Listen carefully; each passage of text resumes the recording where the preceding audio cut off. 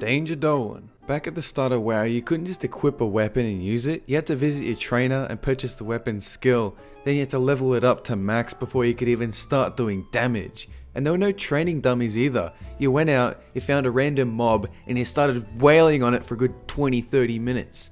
They removed this requirement in Cataclysm as it was considered archaic design. Talent trees were overhauled to remove cookie cutter builds, and they implemented something streamlined and accessible. Flying mounts used to be 60% speed, but they increased it because players likened it to swimming through the air. And now we ask a similar question. Have Blizzard taken raid instance trash mobs too far? Like dailies, are they pushing an outdated style of content people are now beginning to realize they don't like? What is the purpose of trash? How much is too much? And the big question following the small backlash from Throne of Thunder and Siege, should they turn it down? So first up, let's take a look at some examples of bad trash. Molten Core. Kill the core hounds within seconds of each other or they all respawn. And it still happens to this day, even when you're level 90. Temple of Ahn'Qiraj. It took 40 people hours just to clear trash to reach Sithan. Karazhan. Curator to Shade of Iran trash, it just goes on and on. Serpent Shrine. Tempest Keep. Hyjal. Hell, all of Burning Crusade. Then in classic Blizzard style, the pendulum swings the other way. Trial of the Crusader, 5 bosses, absolutely no trash. People didn't like that. More trash, less trash, difficult trash, easy trash, wave trash, mounted trash. Throne of Thunder, snakes you couldn't possibly know about that anyone in the raid can pull. Stand in a specific spot on the stairs and pull the out of range banshees on a wind covered slip and slide 2-meter wide platform, but only pull one banshee because they give stacking raid wide debuffs.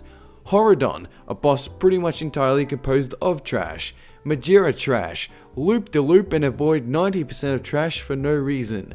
Ji-Kun trash, don't stand in the murky patches. Snails, don't pull multiple spiders and face them away. Snails, don't melee the flies. Snails and snails and snails and snails. You thought I was done? Think again, dude. Siege of Orgrimmar, little shards that debuff you if you pull too many, but it's faster to pull many, so you pull many, you die, you res and you pull more. Shaman trash, pull a caster out of the group. You still haven't cleared the shaman trash. Ads come out of the tubes. Hour 3. Half of the shaman trash has been cleared. Snails. Pull more Shah. The tubes. Shaman trash has respawned. Snails with explosions. Snakes jump out of the tubes. Core hounds in Orgrimmar. Many whelps. Shaman whelps. Left side. Heroic elevator boss. Snails. There comes a point when it is no longer about trash artificially extending a raid time, or forcing you to think logically, to form some type of strategy outside of boss fights, and instead it becomes a pissing contest on your face. It's as if the Headless Horseman is designing trash for the pure and simple reason he doesn't like you.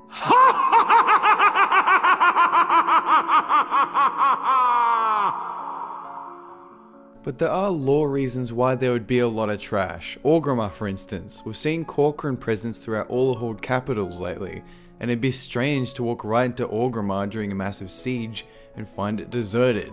Alliance players might enjoy the fact they can attack the enemy's main hub without PvP concerns.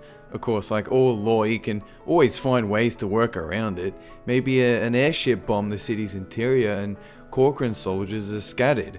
Maybe the closer you get to Garrosh, the more forces he has stationed, leaving the city and outer wall defenses to bosses, not trash mobs. There are hundreds of ways they could go about it.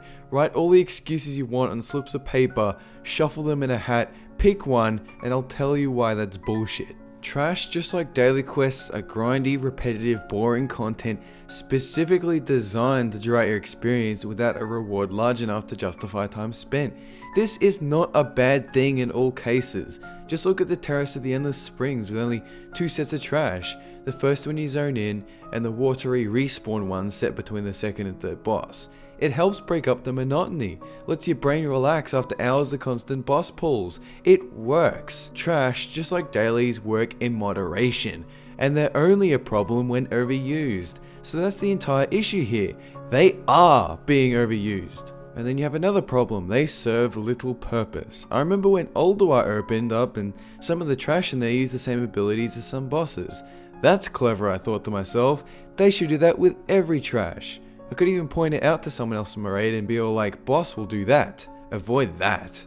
It made sense. You had a reason to pay attention to trash mechanics since you're being introduced to them slowly, and by the time you reach the boss, you can take what you've learned and not be overwhelmed with the initial pull. But trash these days barely do this. Only a couple of trash packs in Siege of Orgrimmar do this, and that's because that specific trash is in the boss fights. Whereas before, trash would just have certain key abilities that the boss would have. They wouldn't be the exact same copy. And then you have the gastropod. The gastropod is a joke, one that punishes you for standing near it. The Shower of Pride trash blasts your raid for trying to kill them quickly. It's all meaningless, time-consuming jokes designed by Hades himself to either make you laugh or piss you off. This kind of thing is alright on occasion, but it's not what trash was designed for. And the worst kind of trash is that which can be skipped. Who the fuck designs skippable groups of trash? A perfect example is the trash between Protectors and Norishin during the siege. You can literally bypass 80% of the trash by running over the rocks and dropping down.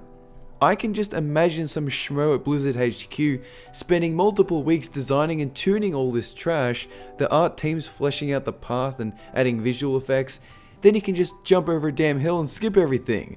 I can justify infrequent trash to break up the monotony of boss pulls, but skippable trash is a joke. You can take all the skippable trash in every raid for Pandaria, from Mogushan to Heart of Fear to Terrace, Throne of Thunder and Siege. You can use the manpower and tuning for all this shit and create 1 or 2 5-man dungeons or scenarios in the time you've spent creating what is essentially a huge pile of nothing. Not all trash is a bad thing though. Back in Cataclysm, places like Blackwing Descent had the perfect amount of trash between bosses. You had 1 or 2 packs. In the case of Magmor and the Omnitron Council, you could see how far away the bosses were. The rest of the bosses were spread in 3 separate rooms with roaming trash to separate them. This was perfect. You could actually gauge the time it would take to reach that boss by how much trash stood between them. They had simple mechanics like tank the Drake around the corner, tank the Draconid max distance away from the other one. Once you've learned how they worked, it was always a one-shot, unless your group is retarded. Unlike Siege of Orgrimmar, where even after you've learned how the trash works, you can still wipe on them over and over. Packs extending from the streets of Orgrimmar down to Ragefire Chasm, all with annoying mechanics to slow down your raid. So now let's hit up a couple of viewer comments, starting with Darkfire8008. Trash between bosses should require at least 1 or 2 groups that require CC per hallway you go through, with at least there being 4 packs of which some ability to relate to the boss. Though most LFRs wipe on trash because no one knows how to CC, and it's all about how fast they can get their Valor loot. My raid group has not had a single problem with SOO trash, but I will say that they could have lessened the amount in a couple of areas. Well, if we're talking about a critical analysis on Siege of Orgrimmar trash, I'll buy it. All trash prior to Shower of Pride is more or less AoE spam. Galakras trash have the same mechanics as the boss, albeit a little too much of them. Shaman trash and the coin boss is a slap in the face.